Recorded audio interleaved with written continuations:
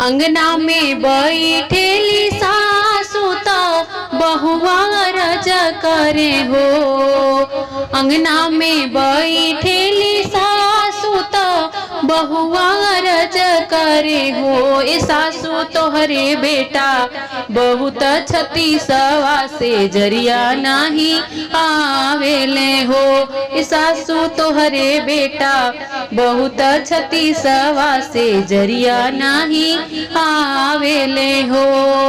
इतना बचन सासु सुनाली तो बेटा के बुलावेली हो। इतना बचन सासु सुनाली तो बेटा के बुलावेली हो। ए बेटा बहुअर हमरे चंदा जैसन सुंदर सिकिया ऐसन पातरी हो।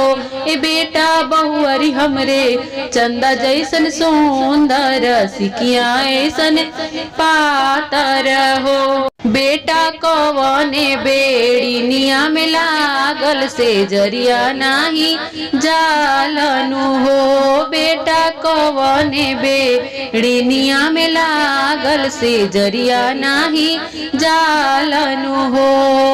का कहीं मोरिया कहत लाज लागेला हो। का कहीं मोरिया कहत लाज लागेला हो। अम्मा मालिनी बिटिया चाँद ऐसन सुंदर सिकिया ऐसन पातरी हो। माई मालिनी बिटिया कुसुम ऐसन सुंदर ओही लेके रहबी हो।